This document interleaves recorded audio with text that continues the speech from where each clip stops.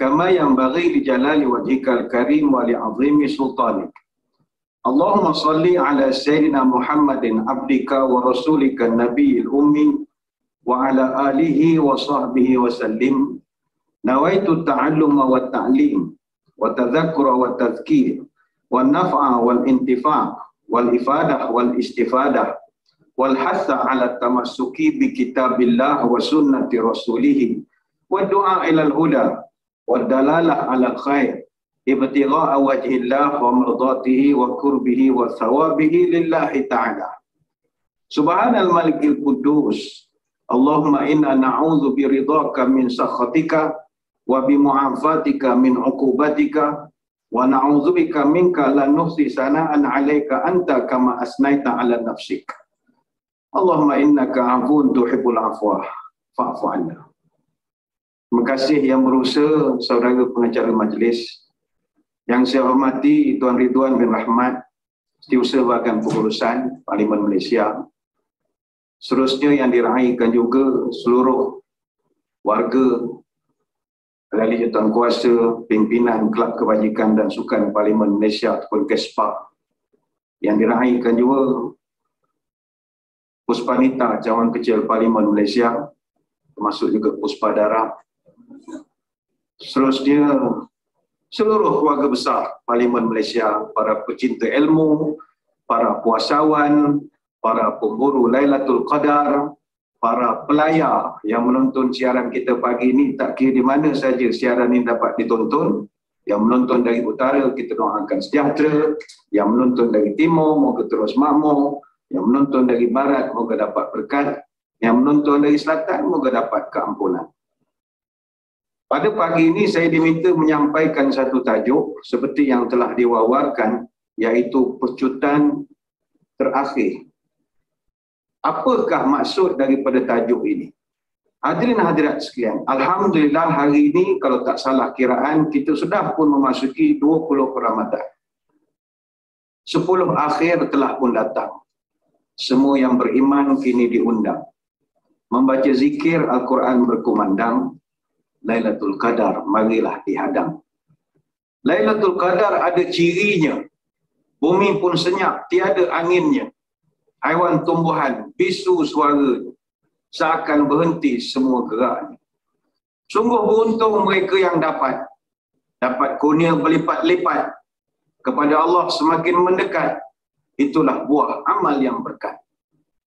Maka bila kita berada pada 10 Ramadan terakhir, ini adalah menandakan kita dah nak sampai kepada finishing line. Kalau di dalam perlombaan, pecutlah masa ini. Mungkin kita di awal-awal ramai saingan kita lari lebih laju daripada kita, okey, jalan, tak ada masalah. Tapi ini momen kita nak mencipta kejayaan. Sebab Ramadan ini dia ada 3 fasa. Dan tak semua orang dia boleh masuk ke 3 fasa. Kalau kita bahagikan Ramadan kepada 3 fasa, 10 Ramadan pertama, 10 Ramadan kedua, 10 Ramadan ketiga. Nah, kita sekarang di pertengahan yang terakhir. Kalau kita umpamakan 3 fasa Ramadan tu macam sistem dalam bola sepak, 10 Ramadan pertama itu kita panggil qualifying, pusingan kelayakan. Pusingan kelayakan ini dalam mana-mana tournament bola sekalipun, semua pasukan layak bertanding. Macam World Cup. World Cup ini 6 konfederasi seluruh dunia bertanding. Dia nak pilih 32 pasukan saja. Tapi ketika stage qualifying ini, 210 pasukan masuk. Dan ada pasukan-pasukan tu yang kita pun tak pernah tengok nama negaranya. Dan kita pun first time dengar nama negara-negara itu. Contohnya Benin. Siapa kenal negara Benin? Comoros, Djibouti, Guyana, Republik Greece, Suriname, Togo, Republik Cote d'Ivoire. Nak sebut tak kerti? Cote d'Ivoire. Nak sebut tak kerti? Semua layak. Masuklah Malaysia. Layak semua. Maka 10 Ramadan pertama hari itu begitulah. Kami duduk di masjid. 10 Ramadan pertama kami suka tengok jemaah. Ramai-ramai. Jangan kira jemaahnya tengok selipur. susul sampai keluar. Suka tengok. Balik semua garu. Mana slipper, mana slipper. Suka tengok gelagat. Kadang yang datang kita jadi, dia ni orang mana kita tak tahu. Macam kita duduk di perumahan. Kita kerap pergi ke surau. Regular, tak adalah kerap sangat, okey lah. Tapi bila Ramadan, kita tengok muka, dia duduk sini ke? Ada orang kita tak tahu pun dia duduk kawasan perumahan kita. Bulan Ramadan dia muncul. Apa sebab? Pusingan kelayakan. Semua pasukan layak bertanding. Tapi belum tentu you boleh masuk stage yang seterusnya. Iaitu semi-final. 10 Ramadan yang kedua. 10 Ramadan kedua ini, kita dapat menyaksikan sudah ada banyak perubahan, kemerosotan. Kalau di Masjid Surau, biasanya 10 Ramadan kedua, surau-surau dan masjid-masjid dari segi soft masjid mengalami kemajuan yang pesat. Kemajuan yang bagaimana? Soft makin maju ke depan. Dan banyak ruang di belakang. Kita punya iftar apa, buka puasa, tak payah punya iftar, cakap Melayu saudara, iftar. Kita punya buka puasa, malu sangat cakap buka puasa. Iftar. Buka puasa dah lah. More. Cakap mencekik ke apa ke ni. Aduh. Kalau time buka puasa, 10 Ramadan kedua dah banyak makanan tak berapa nak ambil. Tak tahu pergi mana jemaah kita betul-betul. Tapi jangan heran, nama pun semi-final. Daripada 210 pasukan, lawan-lawan, Daikal 32, daripada 32 masuk semi-final, 4 pasukan saja. Kita UEFA ni yang raya ke-3 esok, semi-final yang kedua kan. Saya cerita bola lah, mahu perempuan, malu ada kat. Semi-final, pasukan terbaik saja. Tetapi memasuki 10 Ramadan yang ketiga, yang kita mulai hari ini grand finale. Yang boleh menghidupkan ibadah sepanjang grand finale ini hanyalah kumpulan the creamiest among the creamiest.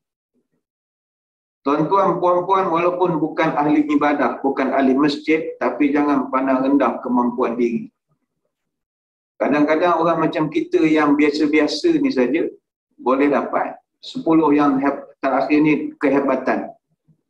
Sebab itu kalau kita melihat kepada tuntunan sunnah, Nabi SAW masuk 10 yang terakhir, dia akan lakukan pecutan. Sehingga kata Aisyah, kana Rasulullah SAW yajtahidu fi ashril awakhir ma lam yajtahidu fi ghairi. Kata Aisyah, Nabi bila masuk 10 Ramadan terakhir, dia akan ekstra dia punya effort lebih lagi daripada 20 hari yang pertama. Mengajinya, ibadah, dia tumpuk ibadat 100%. Ditanya oleh sahabat, macam mana nak ukur Nabi punya tumpu tu, apa ukuran dia? Kata Aisyah, bayangkanlah kanan Nabi idza dakhala al-ashru shadda mi'zarahu. Nabi masuk saja 10 yang terakhir Ramadan, dia akan ketatkan ikatan seluarnya. Yang ini ada 2 pengertian. Pertama, ikat ketat seluar itu ataupun kain pelekat jerut kuat-kuat, simbol yang pertama, dia tak makan sangat dah. Macam puan-puan, sedari-sedari yang nak cepat kurus, pakai gedel. Orang kampung panggil barut, orang lelaki tak pakai barut, mana dia getih pakai barut. Dia ikat seketat-ketat gitu, supaya nak minum makan pun dah tak boleh sebab dah padat sangat. Jadi maknanya Nabi dah tak sibuk berbuka apa, dia dah jadi tak kisah sangat. Tapi pandangan yang kedua yang dimaksudkan mengetatkan ikatan pinggangnya itu adalah Nabi 10 Ramadan terakhir, dia sudah tidak menggauli isteri-isterinya lagi. Tandanya isteri dia ramai, tapi dia dah tak ada cerita lebih. Tak payah dah tua-tua belakang ni, dia dah tidak bersama dengan isteri. Payah cerita, begitulah. Yang bak ni saya ingat tuan-tuan susah nak buat. Ya? Sebab nak ambil berkat semua, payah semua. Asyik nak ambil berkat je kerja. Kemudian kata Aisyah, wa ahya lailahu. Dia hidupkan setiap malam, wa aiqadha ahlahu. Dan sampai peringkat dia akan kejut isteri-isteri dia untuk bangun semayang dengan dia. Hadis Bukhari dan Muslim. Sebab itu saya ingin menyeru diri saya dan hadirin hadirat. Jomlah kita masuk 10 takhir ni. Tingkatkan sikit kita punya grade ibadah. Mungkin selama ni ibadah kita 20 Ramadan pertama, ibadat biasa-biasa saja. Umpama kalau naik flight tu business, bukan business class, economy class. Kita sekarang ni dah masuk 10 takhir, jangan start economy class. Kita kena first class. Kalau tak dapat first class pun, business class premium pun jadilah. First class memang tak ada. First class sekarang ni wajib ada tempat shower mandi. Malaysia Airlines tak mampu nak buat, jadi dibuat business class premium. Mesti mau upgrade.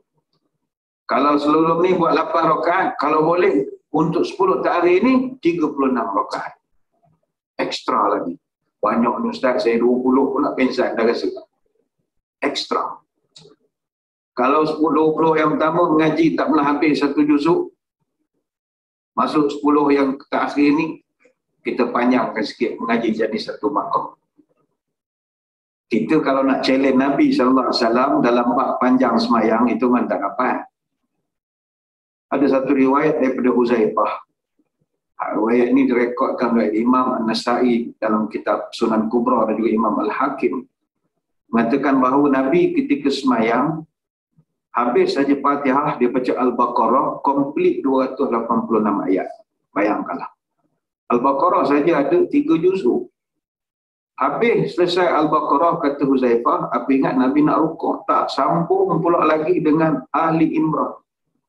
Ali Imran Nabi baca komplit 200 ayat. Ali Imran ada 2 juzuk.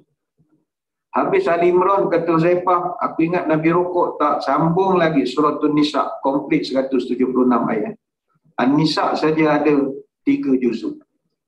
Maka bayangkan tuan-tuan, Nabi satu rakaat dia baca 662 ayat. Itu yang maksudnya fokus ibadah itu. Mampu kita buat? Takkan mampu. Tapi saya selalu pesan kepada masjid-masjid, jangan underestimate jemaah kita. Ramai orang ingat, jangan baca panjang Ustaz, jemaah kita bukan kuat. Tak. Setiap manusia ni, dia punya tingkah laku, dia behavior dia, mesti ada perubahan. Dia ada titik jenuh. Mesti boleh kita pusingkan dia jadi baik. Caranya kena latih. Manusia kalau tak ada latih, kita akan letih. Jadi latih. Bagaimana nak melatih? Masjid saya selalu pesan. Kalau you nak orang duduk lama dalam masjid, semayang sedap, masjid mesti selesa. Bongkong aircon macam dewan kita. Baru syok. Kalau aircon macam ni, kan lama orang duduk. Ini dengan panas, dengan apa letih. Aircon tak ada, pasal kipas helikopter. Terangkat jumpa. Lemah tu. Kalau engineer mengira macam mana, tak betul pula. Angin, dia beli 4 kipas. Orang tahulah awak duit banyak, tapi kipas helikopter ni kalau tak ada engineer yang nasihatkan, sebab dia ada sains dia juga. Kalau buka 4-4 bilah yang sama, terangkat ni. Macam helio. Tak nak dia mesti selesa. Kalau aircon, insyaAllah boleh lama. Lepas tu kapet sejadah mesti wangi. Orang suka. Orang kita kampung ni belakang suka. Dia tak boleh ada tak lalat atas kapet ni, tak nak. Dia nak cantik lah. Lepas tu imam mesti handsome. Good looking lah, bukan handsome sangat. Dia kalau imam handsome, baca sedap. Orang puan budak-budak muda sekarang kan daring-daring semua, ada TikTok semua. Siap rekod. Masuk dalam TikTok. Dengarkanlah panjang malam aku berdoa. Tak benda-benda la ilaha illallah. Teruk-teruklah budak-budak sekarang. Boleh dia minat ketua imam. Tapi cari yang good looking lah. Lepas tu imam kena suara sedap. Tapi tuan-tuan, suara sedap pun tak guna kalau PA system tak sedap. Artis paling hebat pun dapat mikrofon cak ayam, habis artis tu. Lepas tu artis tak berani bawa mikrofon puluh kili. Krisdayanti ke apa semua, bawa berbaluk-baluk dengan dia beribu-ribu. Sebab suara akan jadi sedap kalau mikrofon sedap. Orang tak sedap pun sedap. Jadi kalau ada formula itu, pemboleh ubah itu, boleh baca panjang sebenarnya. Macam kita pergi Mekah lah. Tuan-tuan, kita ni bukan rajin ingat semayang lama. Tapi semayang di Mekah panjang, boleh je berdiri. Apa sebab? Environment.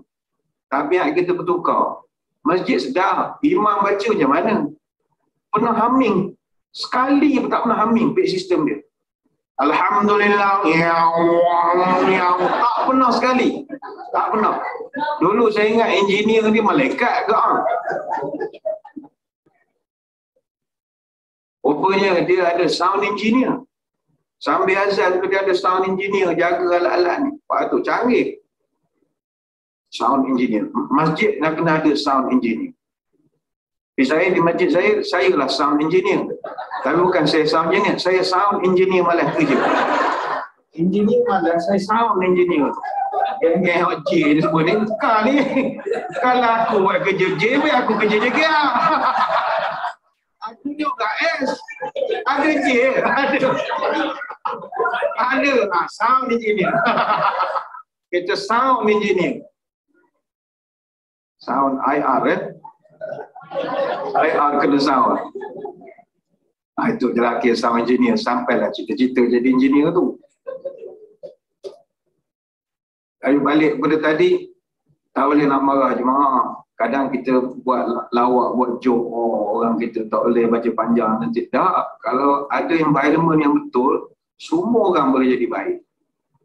Tapi ini pandangan sajalah kan. Orang tengok menada orang boleh PA sistem, mendadak lah pakai syukurlah ke Allah Ta'ala tu. Ini pandangan kita. Sebab itu kita melihat dan kita merasa kagum. Ada satu pondok pesantren di Mambaul Hikam, di Mantenan, di Blitar, di Jawa Timur.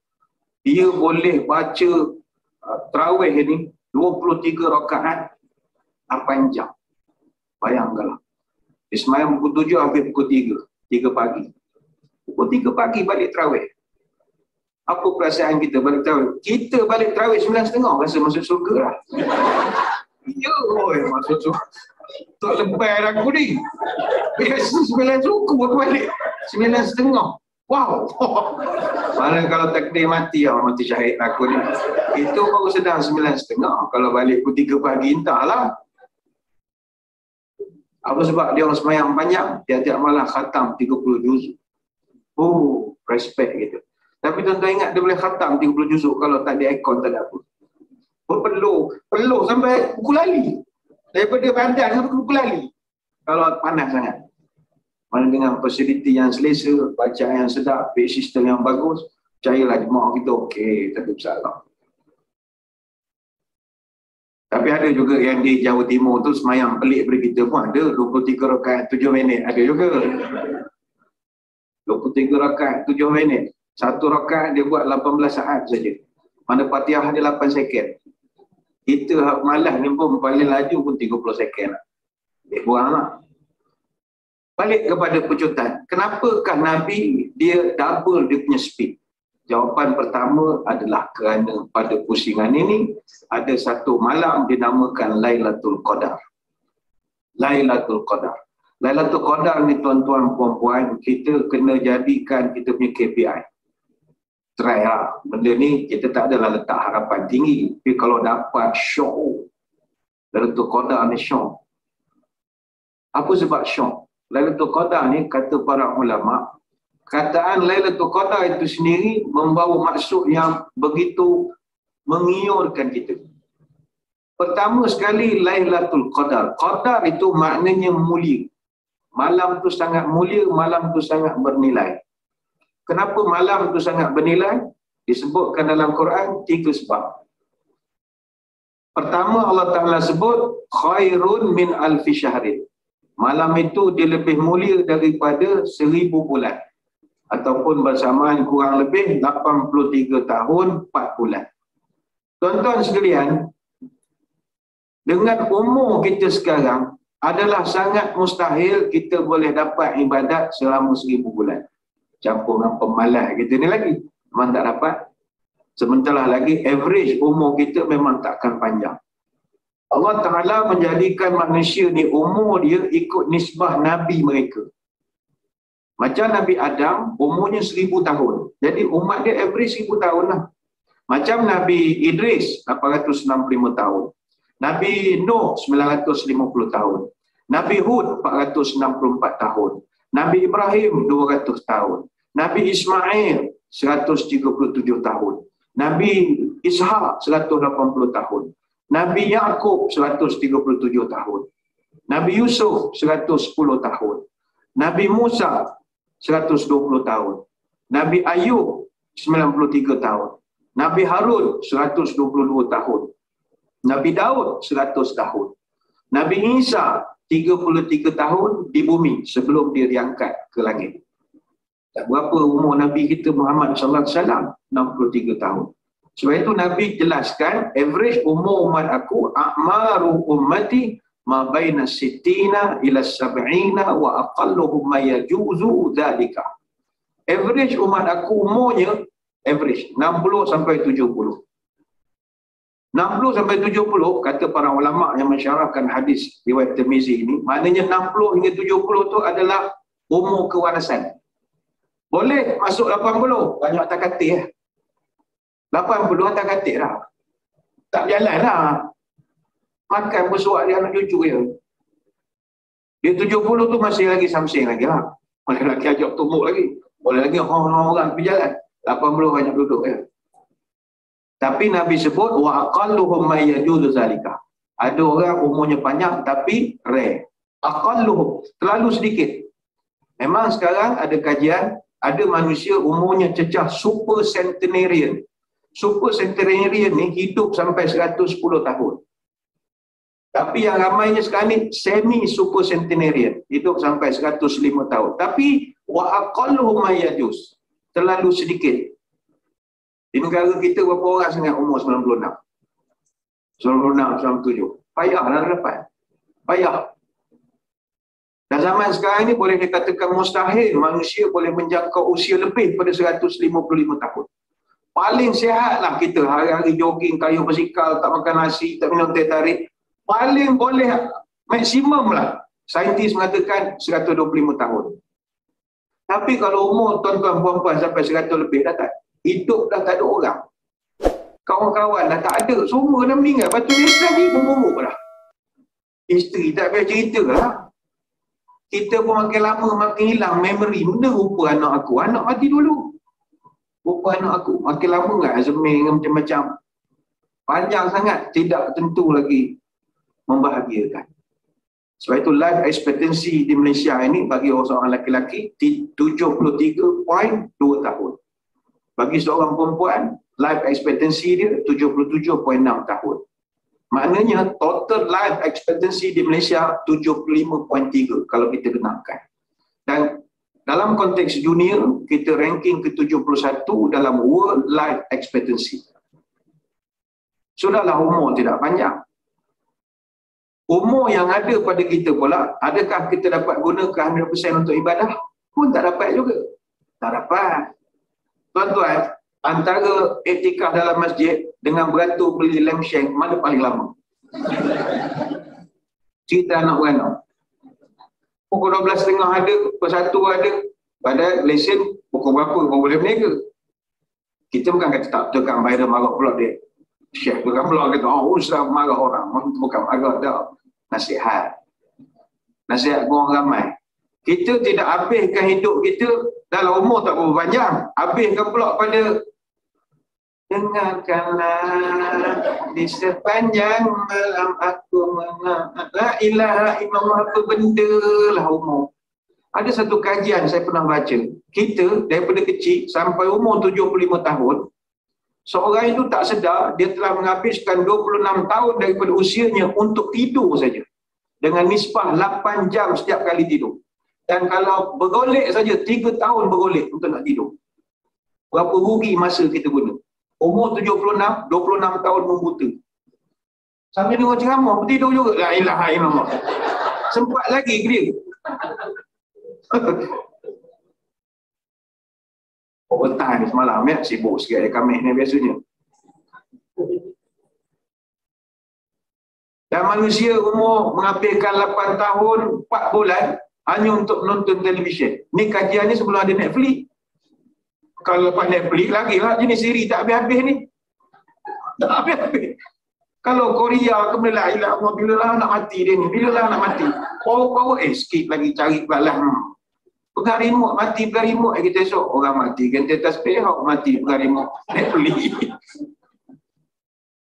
8 tahun 4 bulan untuk menonton TV. Dengan nisbah kita tonton 2.8 jam satu hari. Mana ada 2.8 jam sekarang? Orang siap boleh go punya, boleh tu Astro go, Netflix go, jauh-jauh go. Dan manusia juga menghabiskan masa selama 3 tahun untuk tengok telefon saja. Dengan nisbah 32 jam sebulan seorang tu online. Adalah data-data kalau kita baca kita akan insaf. Manusia menghabiskan 4 tahun 6 bulan untuk makan dan minum saja. Dengan nisbah 67 minit sehari dia makan. Manusia juga menghabiskan 235 hari setahun untuk sepanjang umurnya untuk beratur saja. Tak campur beratur pasal Ramadan ni. Ni yang beratur sikit-sikit ni. Bayangkanlah. 115 hari manusia gunakan untuk ketawa. 136 hari digunakan oleh seorang wanita untuk bersolek. 46 hari digunakan oleh orang lelaki untuk bersiap. Adalah data-data. Maknanya kita simpulkan, kita umur kita tak ada apa pun. Tak ada apa. Dah lah terawih balik 9 suku. Benda cerita. Ngaji malas lagi. Itu rugi. Mungkin ada kata, saya semayang hari-hari Ustaz. Tak boleh kira ke tu? Dia begini. Kita semayang, berapa banyak kita semayang dalam seminggu? Dalam sehari lah. Pagi tadi tuan-tuan semayang berapa jam ya? Kita hidup dah berapa jam daripada kita bangun tadi? Kita letak kepala atas dahi sembah Allah berapa minit? Bukan berapa jam, berapa minit saja. Kajian pernah dibuat, kita semayang sehari 17 rakaat. Kalaulah 2 minit per rakaat, darab 17 bersamaan 34 minit saja sehari. Sehari Tuhan bagi 24 jam, kita boleh zakatkan masa kita yang kononnya terlampau sibuk tu, setengah jam je untuk Allah. Yang lain untuk makhluk. 34 minit je. Maknanya sehari kita semayang setengah jam je. Daripada pagi sampai malam. Mari kita tengok. Kalau dalam seminggu ada 7 hari. Sehari kita semayang total 34 minit. Maka dalam seminggu 238 minit saja kita semayang. Dalam sebulan ada 4 minggu. Maka 238 minit itu, 238 seminggu itu, darab dengan 4 minggu bersamaan 952 minit sebulan. Maknanya dalam setahun, 952 minit dalam sebulan kita semayang, darab 12 bersamaan 11,424 minit. Tukarkan kepada mod jam, maknanya 190.4 jam setahun kita semayang. Kalau tukar kepada mod hari, kita hanya solat dalam setahun sebanyak 7.93 hari saja. Lagi nak kata kita banyak peruntukan masa untuk Allah? Mimpi. Andaikan umur kita 60 tahun, tolaklah 10 tahun, 50. Maka yang 190.4 jam kita solat dalam setahun, darab 50 sama dengan 9,520 jam. Dan 9,520 jam itu hanyalah bersamaan 396.7 hari saja. Maknanya seorang umur 60 tahun, dia baru sembah Allah setahun saja. Ada 59 tahun apa dia bikin? Maka Allah Ta'ala nak mengangkat kemuliaan umat Muhammad ini, disebabkan umur dia tak panjang, caranya adalah dengan memberi Lailatul Qadar. Sebab itu Nabi suruh kita cari. Ini kau punya peluang supaya kau masuk pusingan bonus. Sebagaimana umat dulu, beribu-ribu tahun umur, kita tak mungkin dapat, tapi Allah sediakan satu hari, you kena carilah. Ini pecutan tadi. Dia punca turunnya ayat Inna anzalnahu fi lailatul qadr. Cerita Al-Qadar ini, ada satu riwayat dalam tafsir Al-Qurtubi, kata Wahab bin Munabbih, satu hari Jibril AS datang jumpa Nabi. Dia bawa satu cerita. Nabi dengan Jibril, Jibril dengan Nabi selalu bercerita. Sembang. Kata Jibril, ya Rasulullah, ada satu cerita zaman dulu Bani Israel. Ada satu orang laki-laki Bani Israel gagah perkasa, namanya Syamsun. Syamsun, atau ada kitab sebut Syam'un Al-Ghazi. Al-Ghazi ni Gaza, biasa daripada Gaza. Syam'un Al-Ghazi ni, orang putih pun kenal sebab dia Bani Israel. Jadi orang Yahudi Kristian kenal. Tapi mereka panggil dengan gelaran Samson and Delilah. Samson and Delilah. Yang cerita dia rambut panjang, gagah. Samson ni one of the important biblical character. Kalau orang yang study Bible, mesti kenal dengan Samson. Samson and Delilah. Dia gagah pada rambut dia. Rambut dia panjang, ada tocang. Jadi kalau rambut terpotong, dia lemah. Ada dulu di Indonesia arwah Benjamin S. Ni yang TikTok tak kenal Benjamin S. Benjamin S ni pelawak terkenal lah sebelum muncul pelawak sekarang ini. Benjamin S dia pernah buat filem. Tajuk dia Samson Betawi. Cerita tu, Samson Betawi ni, dia nak kata dia tu macam Samson and Delilah. Samson Delilah kuat pada rambut. Samson Betawi kuat pada bulu ketiak. Tak benda-benda cerita. Balikkan YouTube lah. Boleh lah. Mengelakkan mengantuk. Sama-sama jam Kuala Lumpur tu ke. Jadi Jibril bercerita, Samson ini, dia berperang, berjihad, melawan dengan musuh-musuh agama. Dia hanya bersenjatakan janggut unta saja. Dia ringkaskan cerita, orang nak bunuh dia tak berjaya, dia gagal. Jadi orang telah komplot dengan isteri dia. Mungkin ditawarkan dengan macam-macam perkara pada isteri dia tu. Isteri dia setuju untuk menangkap suami dia sendiri. Ringkaskan cerita, Samson ni akhirnya ditangkap. Dia bawa ke tempat penghukuman. Kata Jibril, Samson telah diikat, dikerat telinga, lidah, bibir, kaki, tangan, mata kena cungkil. Total loss. Dia jadi OKU total. Dalam keadaan dia dah cacat begitu, dia telah berdoa kepada Allah. Dia macam bernazar, ya Allah, kalau aku boleh pulih seperti sedia kala, aku akan bangun berjihad mempertahankan agamamu selama-lamanya. Jadi dia ringkaskan cerita lagi, Allah sempurnakan semula kejadian dia, dan dia telah, bila dia pulih, dia telah mengabdikan diri kepada Allah, dan dia telah mengabdikan berjihad jalan Allah selama 1000 bulan. Dia jihad selama 1000 bulan selepas pada itu. Jadi Jibril cerita. Bila Jibril cerita pada Nabi, Nabi cerita pada sahabat. Kata sahabat, kata Mujahid, anna Rasulullah zakara rajulan min Bani Israel labisa silah fisabilillah al-fashahrin. Nabi pun ceritalah pada kami, dulu ada Bani Israel di berjihad 1000 bulan. Fa'ajabal muslimun. Semua orang hanga. Oh, syoknya. Seronoknya ibadat 1000 bulan. 83 tahun untungnya. Dia beramai menangis. Menangis sahabat. Nabi Muhammad menangis. Ya Rasulullah, sedihnya kami. Kami ni tak masa nak 83 tahun ibadat. Inilah sibuk ambil anak sekolah macam-macam. Bila nak ibadat, tak dan pergi pejabat pun tidur. Dia kerja apa meja, kita ada benda. Tak tidur, tak ibadat, tak banyak. Ya Rasul. Ni contoh bukan ayat sahabat. Tak banyak Rasulullah. Saya masuk tadi, datanglah Shopee Food. Dia cepat betul Shopee Food. Atau sini buka korang apa? Time zone lain sikit. Saga baik. Saga baik. Mudah salah masuk orang. Saya ni kata, awal mungkin dia hantar barang Shopee kot. Ting, Shopee bukan makanan. Jadinya sahabat ya Rasulullah, kami tak masalah Rasulullah. Kata Nabi, dalam suasana sahabat-sahabat bersedih, fa'anzalallah, inna anzalnahu fi lailatul qadr. Wa ma adraka ma lailatul qadr, sampai. Maka Allah Ta'ala kata, don't worry, be happy. You cari satu malam nama Lailatul Qadar, saya bagi you 1000 bulan pahala. Jadi tuan-tuan puan-puan, pencutang terakhir mesti cari. Mesti cari. Macam mana nak dapatkan, nanti saya akan terangkan. Tapi yang penting, mesti mau terliur dengan ganjaran ini. 1000 bulan. Yang kedua, kata ulama, kemuliaan Lailatul Qadar adalah tanazzalul malaikah. Malaikat turun ke muka bumi. Malaikat turun di muka bumi, apa kerja malaikat itu? Dia mendoakan kita. Sehingga kan kata ulama, malam Lailatul Qadar, bumi ini sempit sesak.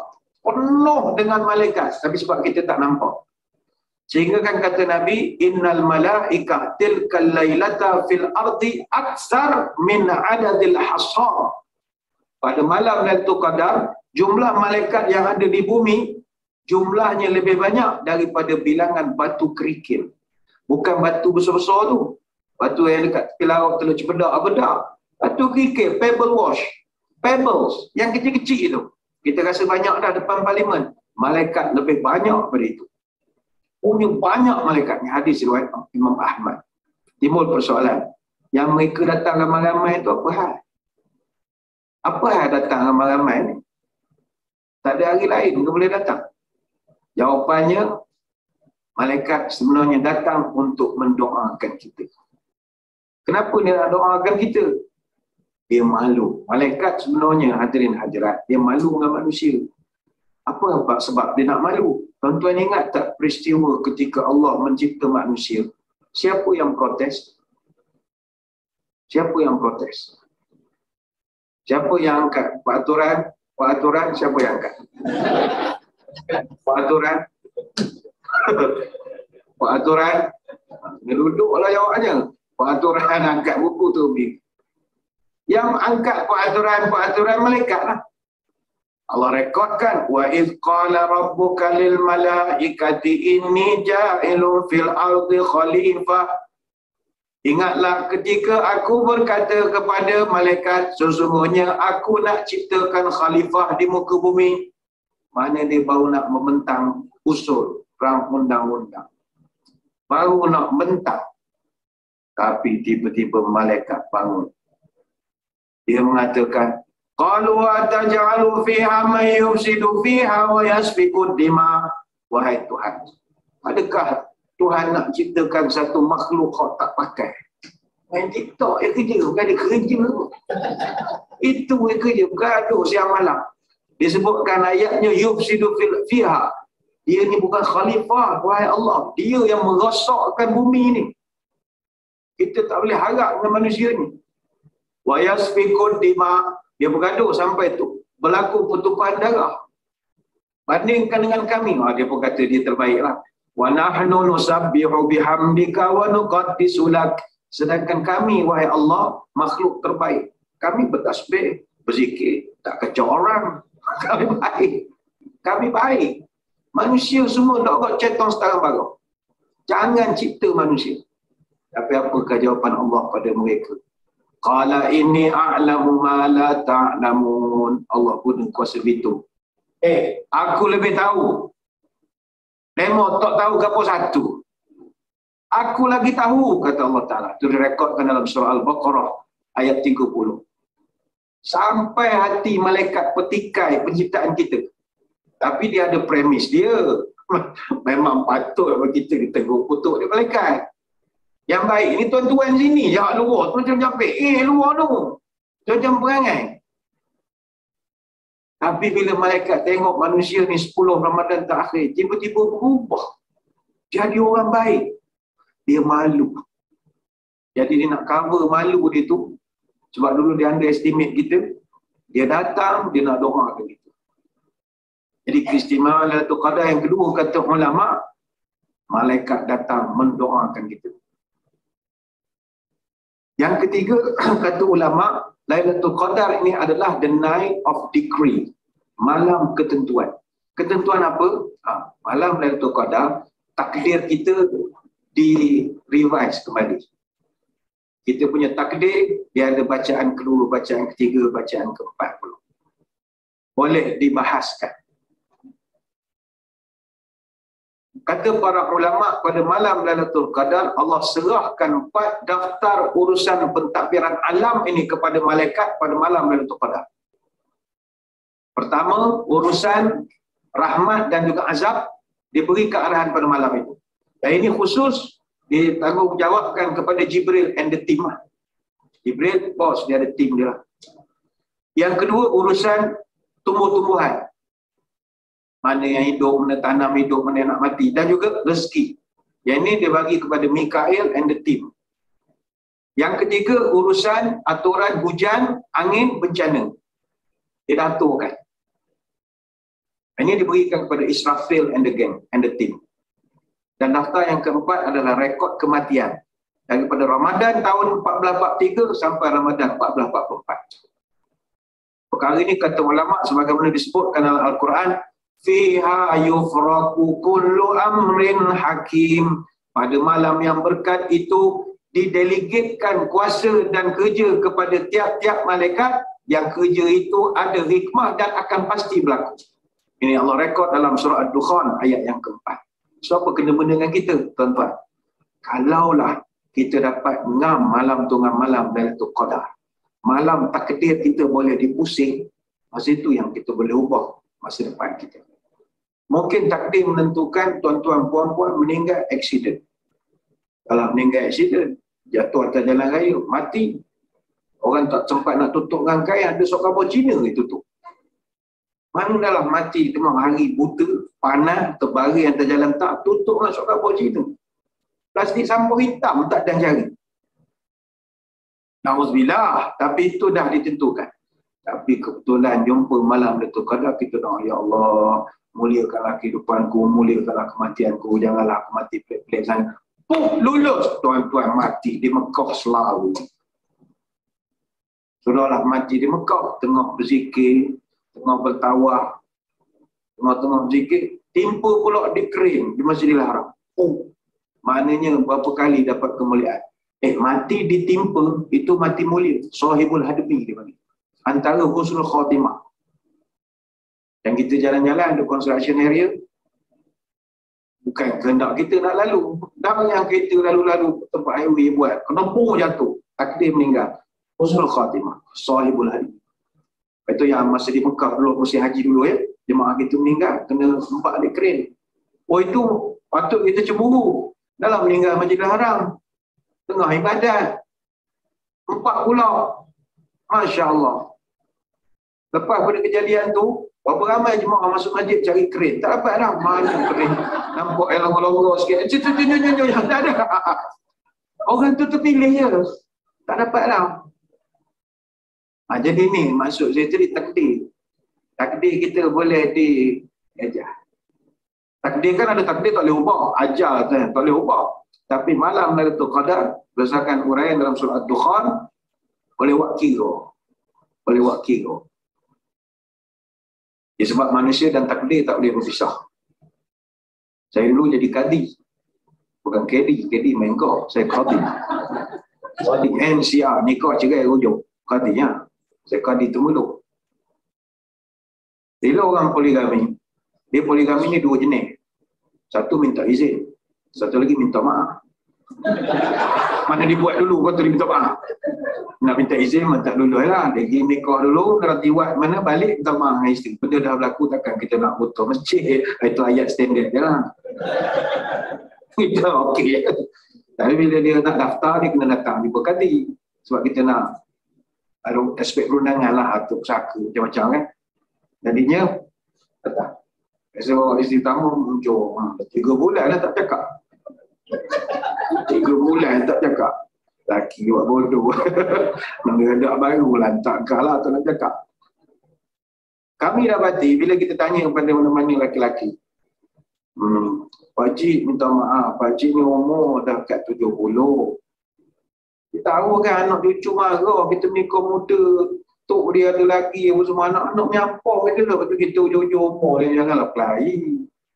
Anak nyampah saya tak balik, so kita mati seorang apa pokok. Nawak ke mana Ustaz?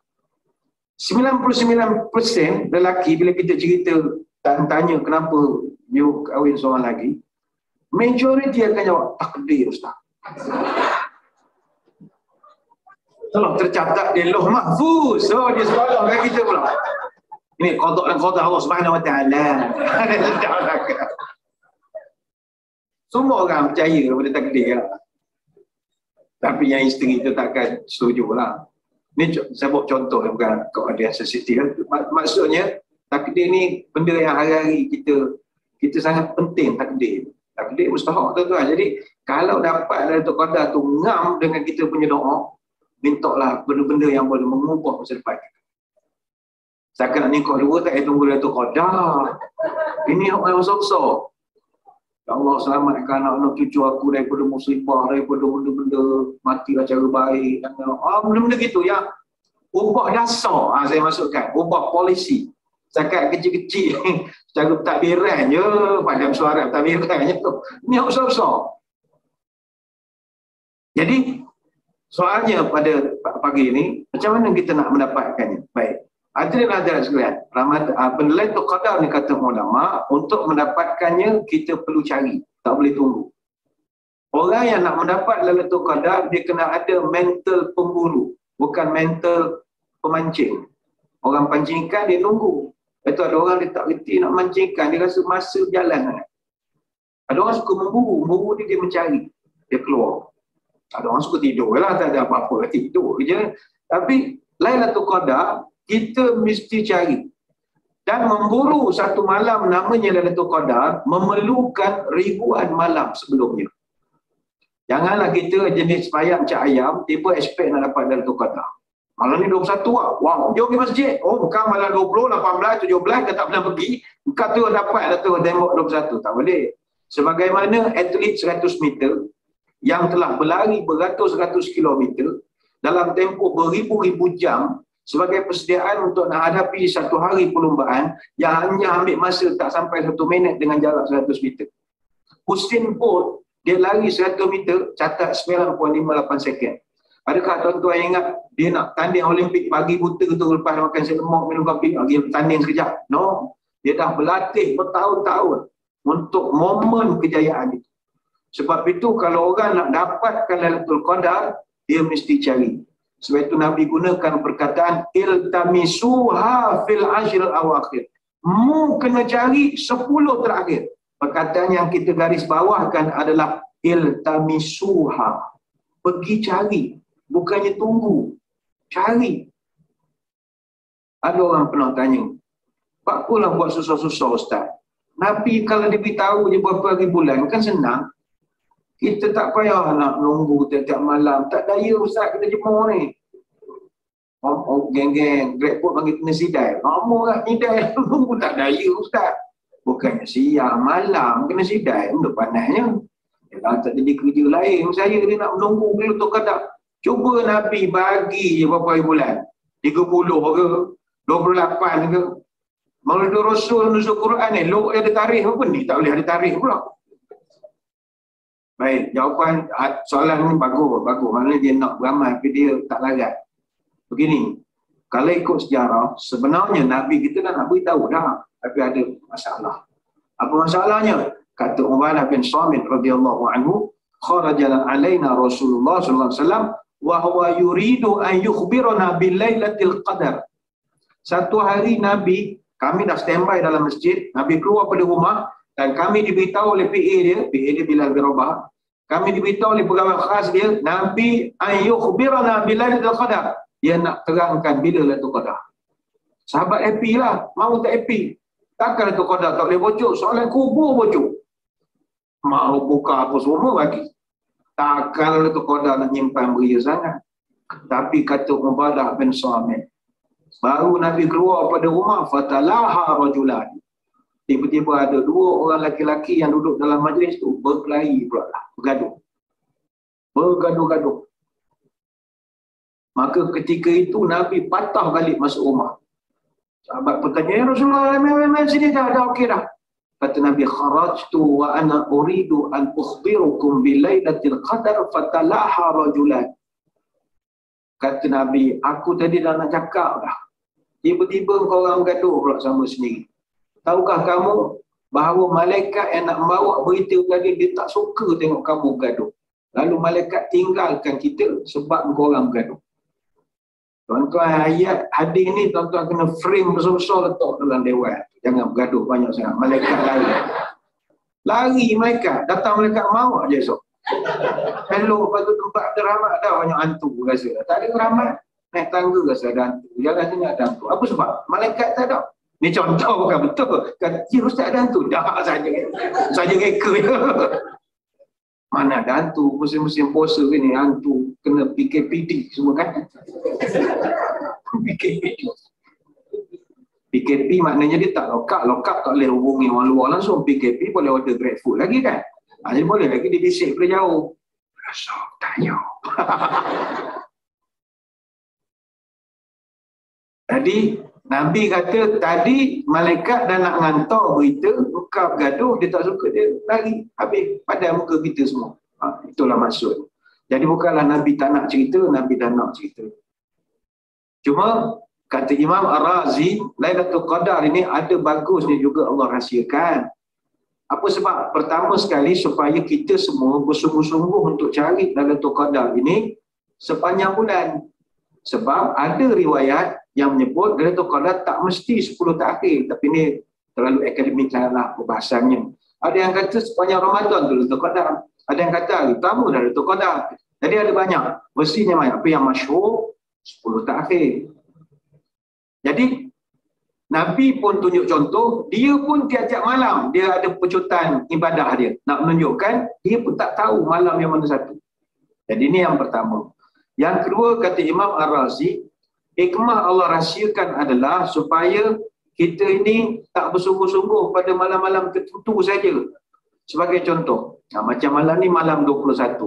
Tuan-tuan percayalah, masjid kita, surau kita malam ni akan ramai orang.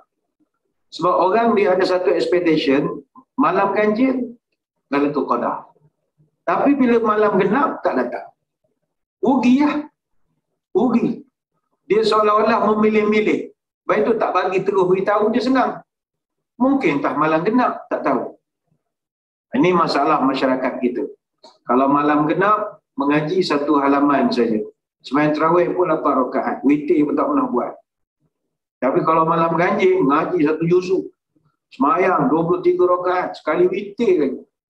Panjang betul. Lama pula sujud ni. Sebab malam ganjil. Itu kalau di Kuala Lumpur, dua tempat yang sempit, kadang dia orang tarawih 8, nama geng 08. Sampai terpaksa buat signboard, signage apa semua. Dia berkelahi-kelahi bergaduh-gaduh. Susah tu. Dan masyarakat kita ada satu masalah pula. Kalau dia dah rasa dapat Lailatul Qadar, malam lain dia tak pergilah. Contoh katalah malam ni Lailatul Qadar. Kemudian dia pun pagi esok, lepas sahur, lepas main subuh, buka Facebook ke WhatsApp group ke. Ada pula kata, Alhamdulillah malam tadi Lailatul Qadar. Lailatul Qadar? Kebetulan aku duduk kat buai, aku 1 pagi. Alhamdulillah. Dia dah rasa dia dapat semalam, malam ni tak pergi dah masjid. Isteri pula berletih, abang dapat tak pergi masjid? Bukan tadi tengok jemaah pecutan terakhir. Aku dah dapat, lagi buat apa? Dah dapat, lagi buat apa? Ini tak betul. Sepatutnya kalau takdir tuan-tuan dapat, lagilah semangat nak ibadat sebab syukur. Ada juga masyarakat kita kalau 10 malam akhir, pantang nampak benda pelik. Asal nampak benda pelik, Lailatul Qadar. Asal nampak benda pelik, Lailatul Qadar. Nampak benda lalu, zoom melintas. Wah, Quran terbang. Padahal kelawar tu lah, duduk di Kuala Lumpur lama, kelawar tak kenal lah. Kau tak kenal pun kelawar. Contohlah, menara Kuala Lumpur, Malang Garang, tiba-tiba blackout. Oh, aduh, tu tanda Lailatul Qadar. La ilaha illallah, apa benda? Asal pelik Lailatul Qadar. Asal pelik Lailatul Qadar. Tidak begitu. Orang kita juga, dia ni dah start, dia akan pasang pelita. Malam 7 likur. 7 likur ni dipanggil pitu likur. Kenapa dipanggil likur? Likur ni maknanya 20. Kalau selikur, 21. Jadi 7 likur. Jadi kalau 21, selikur. Selikur, 2 likur, 3 likur. Sampailah 7 likur. Macam kita orang Melayu, kita sukalah adat tradisi, suka je. Pasang pelita kat rumah, beli kat DIY, pasang apa semua, tak ada masalah. Tak adalah kita nak kata, oh ini semua kerja bina, macam edah, jangan cakap begitu. Ini tradisi daripada kampung, lama dah. Kita niat pasang pelita ni bukan nak ada ibadat pun. Oh, niat nak anak-anak muda nak cucur mengapi je. Nyusah kita, minta lighter. Lighter. Tak jadi kerja aku, menunggu, nak bakar sesa. Itu dia letakkannya pelita orang tua dulu cerdik. Dia tak nak bagi anak dia main-main lighter sangat. Dia pasangkan jamur yang besar. Angkat cucur ramai-ramai. Dah habis mengapi tu kan kita tengok je lah pelita tu ramai-ramai. Apa ambil besi yang periuk tu kan. Oh itu kalau ikat elok-elok, bakar, pusing, mengapi tu. Tapi bocor baju habis. Saya ada bunyi. Itu kos rendah punya cara lah untuk membeli mengapi. Carilah bunga-bunga besi kat dapur tu banyak kan. Bakar je lawa. Dengan muka-muka berlubang. Pakai pulpen, awak takkan nak ajar je. Dia yang kita marah, kalau dia pasang pelita tu, kata dia, saya pasang ni Ustaz. Mudah-mudahan malaikat nampak rumah saya. Hello, malaikat dia nak landing, dia tak perlu ada apa nama macam airport punya lampu, tak perlu. Dia tak perlu jabatan penerbangan awam menjaga dia. Dia nak landing, dia dah terror dah. Nak kena ada runway lampu, tak perlu. Malaikat terror dah. Kalau ala-ala nak pasang lampu, janganlah pasang pelita runway. Beli tu kat DIY tu, susun lampu lilak tonyam tu, buat betul-betul laluan depan rumah kita. Tak pun ambil lampu di PKN, tak kat pokok kan, ambil buat balik, tak kat rumah. Kalau niat dapat Lailatul Qadar dengan cara pasang lampu, tak dapat Lailatul Qadar. Yang dapat Laila nak Lailatul Qadar. Lailatul Qadar tak dapat. Cuma kata para ulama, Nabi dia ada bagi hil. Dia ada sikit lah bagi hil. Bagi yang, kalau kita hadis ni, selain daripada baca zahir hadis, kita kena read between the line. Hadis ni ada kod-kod yang, coding-coding rahsia dia ada. Saya ambil contoh macam, ingat tak bila Nabi sebut, siapa yang jaga anak yatim, dia masuk surga dengan aku macam ni. Apa ertinya?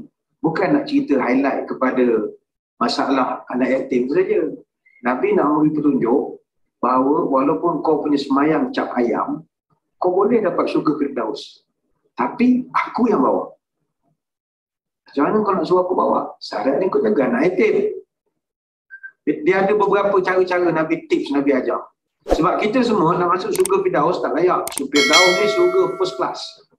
Kita dapat syurga yang bawah-bawah, apa syukur nikmat lah. Syurga Firdaus ni, jangankan kita, Imam Ghazali, Imam Syafi'i menangis. Ilah, stulil Firdaus. Tuhanku, aku tak layak syurga Firdaus semua. Itu sedang para ulama. Kita tak ada lah. Kita doa dapat, ukur kepada semayang bang kita ni, tak ada lah. Berapa hadis kita dapat? 10 hujung. Jadi payah. Tapi boleh Nabi bawa. Caranya, mestilah kau menjaga anak yatim. Jadi, Nabi ni dia ada beri hint-hint di dalam hadis-hadis dia. Termasuklah juga di dalam soal Lailatul Qadar ini. Sebab itu kata para ulama, antaranya Abu Yazid Al-Bustami. Dia ni ahli sufi abad ke-8 Masih. Dia mengatakan, saya seumur hidup jumpa Lailatul Qadar 2 kali. Dua-duanya pada tarikh 27 Ramadan. Jadi, masuklah dari 27 Ramadan. Kebetulan malam Jumaat, kata salah saya, 27 Ramadan. Begitu juga, ini logik lah, ini berdasarkan teori ya. Kita, dunia akademik pun cakap tak teori, semua teori. Dalam kitab Haqaiqul Hanafi, kalau kita tengok ayat Inna anzalnahu fi lailatul qadr. Huruf Lailatul Qadar, kalau kita eja pakai tulisan Jawi atau tulisan Arab, lam, ya, lam, ta, marbutah semua, Lailatul Qadar itu ada berapa huruf? Ada 9 huruf. Baik. Kalau kita tengok pula dalam surah Lailatul Qadar itu, ada berapa kali disebut perkataan Lailatul Qadar?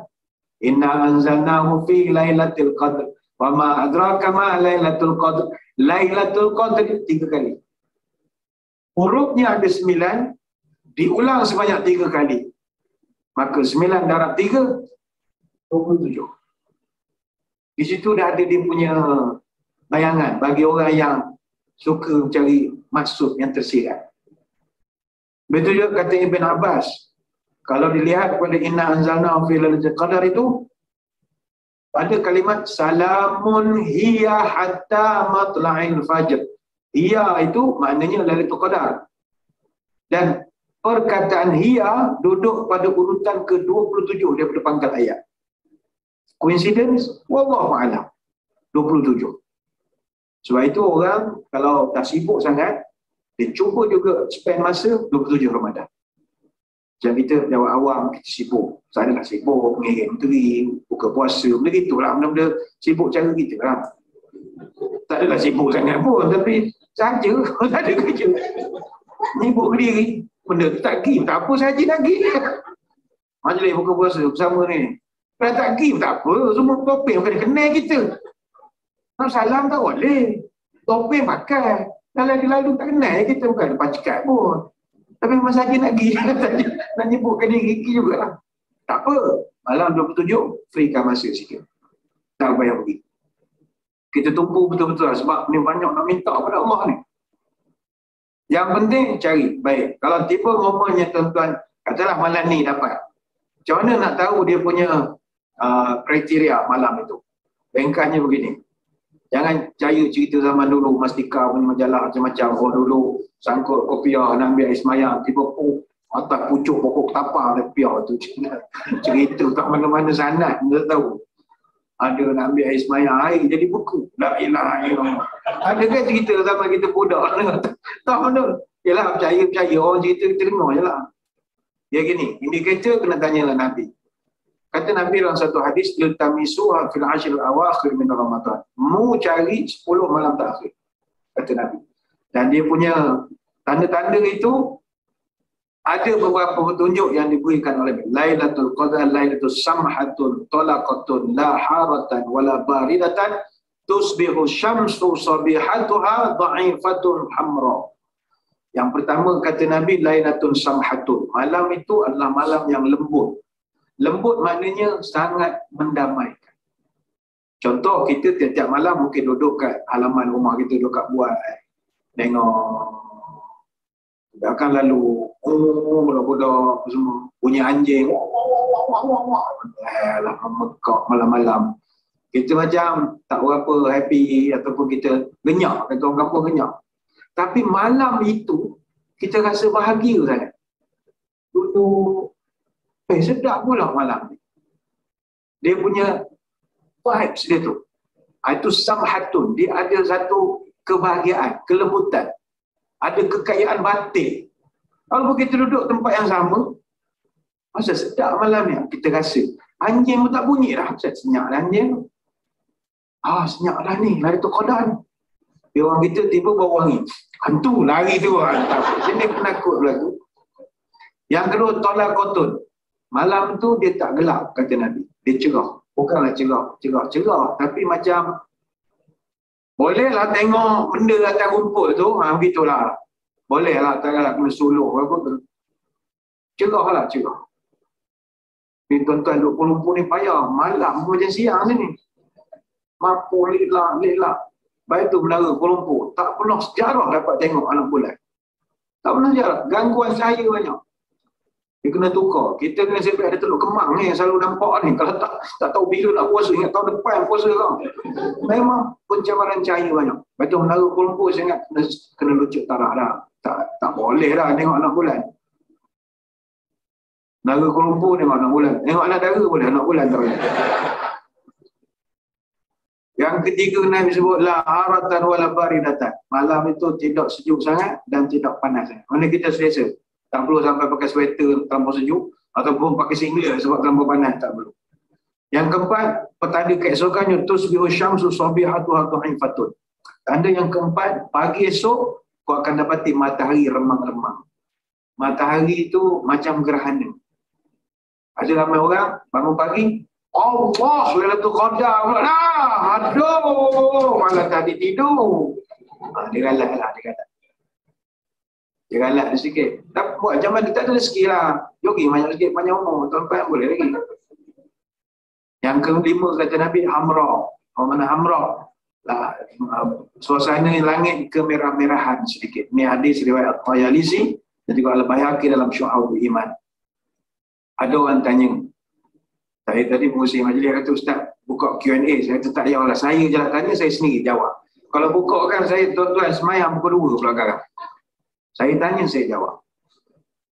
Ada orang tanya, Ustaz, kami ni bukanlah rajin sangat nak semayang, bukanlah malas, tapi sibuk, Ustaz. Macam contoh kawan-kawan kita yang jaga keselamatan. Adakah tuan-tuan expect malam Lailatul Qadar dia paksa nak cuti, nak ibadat? Adakah kerja dia tu mengganggu kepada dia nak mendapat Lailatul Qadar? Ataupun orang yang bawa bas ekspres, nak hantar orang raya ni balik Kota Baru, tiba malam 27, semua ambil cuti. Alasan nak jadi Lailatul Qadar. Bolehkah begitu? Ini dijawab oleh para ulama. Pada malam Lailatul Qadar, buatlah apa saja amalan kebaikan, semuanya dapat ganjaran. Cuma satu nasihat kata para ulama, jangan cerita pada orang kalau kita dapat. Jangan upload dalam TikTok, jangan upload dalam Facebook, jangan apa-apa, diam saja. Oh, tak boleh cerita? Tak boleh cerita. Dia tidak berdosa. Tapi dalam kitab Fathul Bari, Ibn Hajar mengatakan betul Al-Majmu' kata Imam An-Nawawi, disebutkan bahawa eloklah kita rahsiakan. Sebab kita nak ikut cara Nabi Ya'qub alaihissalam. Dia tak cerita ke orang tentang mimpi dia. Dia tak bagi Yusuf cerita mimpi dia. Bukan kita tak boleh cerita. Kalau tuan-tuan puan-puan cerita, member bahan gelak sambil boleh. Tu tak daya tu. Dia tak percaya. Jadi fitnah pula pada kita. Contohnya kita pun pergi office. Aku rasa aku dapat Lailatul Qadar semalam. Macam mana pula? Tu seram-seram sejuk. Covid dah. Ya ke? Dah lah. Kacau tu. Rupanya Covid. Seram sejuk rupanya. Long Covid dia panggil. Alumni. Long Covid. Oh, kacau tu. Tapi dulu tu lah tanda dia seram sejuk. Tapi sekarang tak ada cerita korang. Terus kena jadi kontak rapat kita kan. Lepas tu tak ada cerita je lah. Susah lah cerita korang. Lepas tu campur kita pula hidup tak apa senonoh juga. Semayang, asal gelap sangat, subuh cerah sangat, lepas dari tu kau dah nak isteri kita, kutuk orang pertama dia, kutuk je. Yang Abang Azam dapat dari tu kau dah, dia tengah sahur, keluar situ makanan. Benda bang, dari tu kau dah, awak tidur kau berapa semalam? Dia dulu gelap. Tak payah cerita lah, tuan-tuan diam. Ini pandangan para ulama. Boleh cerita kepada orang gelap lah. Apa amalan bagus? Apa saja yang baik. Mana kalau takdir malam tu puan-puan buat kuih semprit, dapat pahala buat kuih semprit 1000 bulan. Kuih semprit kau orang makan. Mana ibadat je bilang. Kalau puan-puan tak boleh semayang, nak semayang apa? Ustaz, saya kebetulan rasa minggu ni tak semayang dah saya ni. Dapat itu kadar, takkan saya nak semayang juga. Jadi, adil kepada semua orang. Tuan-tuan buatlah apa-apa saja amalan. Sebab itu, dalam kitab Lataiful Ma'arif, pernah Juwaibir, dia tanya kepada Ad-Dhahak, Ara'aitan nufasa wal ha'id wal musafir wal na'im lahum filatul qadar nasibun. Wahai Tuan Guru, saya nak tanya, adakah wanita yang tak boleh semayang, orang yang musafir, orang yang terlelap, tertidur, wah nunggu tertidur juga, lepas pukul 12 buruk mata tidur lah, boleh tak geng-geng ni dapat juga bahagian daripada Lailatul Qadar? Sial diorang ni. Orang musafir, memang dia nak bawa bas malam tu. Takkan nak tunda jadual hari lain. Apa jawab? At-Tahaq. Naam. Kullu man taqabbala Allah amalahu sayu'tihi nasibu min Lailatul Qadar. Apa saja amalan baik yang ada nilai di sisi Allah, semuanya Allah akan terima sebagai bahagian daripada Lailatul Qadar. Cuma, kalau dapat, buatlah yang lebih lain daripada biasa. Itu saja. Okey, malam lain kita tak baca Quran. Malam tu baca Quran. Tapi tak mesti kata baca Quran itu. Penting banyak doa lah. Ini amalan yang paling senang. Doa. Doa sendiri lah, tak payahlah pasang lagu TikTok tu sepanjang alam menyampur tu dah dengar lagu tu. Ganggu nak repeat lagu, jiwa menyampur betul tengok. Budak-budak dia tak kerti letak lagu. Inna kita doa sendiri. Sebenarnya banyak saya nak terangkan tapi masa tak mengizinkan. Tuan-tuan pun saya ingat kena berehat dulu, kena tidur sikit sebab kena iman apa semua ni. Jadi sedikit sekadar itulah saja sembang-sembang tengah hari ini. Saya ucapkan ribuan terima kasih di atas undangan. Mohon maaf sebarang kekurangan. Moga-moga kita bertemu pada lain-lain kesempatan. Secara peribadi saya merasa begitu tersanjung sekali dan rasa terhormat dapat diundang menyampaikan syarahan di parlimen ni yang daripada saya kecil saya kenal parlimen ni lah, semua hidup pijak ke dalam parlimen ini. Ada orang suruh tanding jadi ahli parlimen, tak ada, aku minta imam lagi sedap. Tak ada orang gaduh tengah urat sakit kepala tu, berdenyut kepala. Kita nengok tu berdenyut kepala. Dia tangkap belakang tu. Ini tak kita bukan jadi klien untuk masjid. Klien orang jajan. Dia tahu bukan dunia kita lah ya. Kecuali akan datang tu cerita lain, Allah malah sedap rasanya. Sekadar itulah tuan-tuan sembang-sembang pada pagi ini. Sekali lagi terima kasih. Sebelum berpisah, marilah kita menadah tangan berdoa. Moga pertemuan kita diberkati. A'udzubillahi minasyaitonir rajim. Bismillahirrahmanirrahim. Allahumma shalli wa sallim ala sayyidina Muhammadin salatan tukhrijuna biha min zulmatil wahmi. Allahumma tawil umurana waslih ajsadana wa nawwir qulubana wa tsabbit imanana wa ahsin a'malana wa wasi' arzaqana wa ilal khairi qarribna wa 'anil syarri ab'idna wa qdi hawaijana fid din wad dunya wal akhirah innaka 'ala kulli syai'in qadir. Ya Allah, panjangkanlah umur kami, sihatkanlah tubuh badan kami, terangkanlah hati kami, tetapkanlah iman kami, molekkanlah amalan kami, luaskanlah rezeki kami, dekatkanlah kami dengan kebaikan, jauhkanlah kami dari kejahatan. Kabulkanlah segala doa kami sama ada dalam urusan agama dunia ataupun akhirat. Subhanakallahumma wa bihamdika nasyhadu an la ilaha illa anta nastaghfiruka wa natubu ilaik. Wa sallallahu ala sayyidina Muhammadin wa ala alihi wa sahbihi wasallam. Alhamdulillah. Sekadar itu, ingat, tingkatkan ibadah, kurangkan juadah. Wabillahi taufiq wal hidayah. Wassalamualaikum warahmatullahi wabarakatuh. Wallahu a'lam.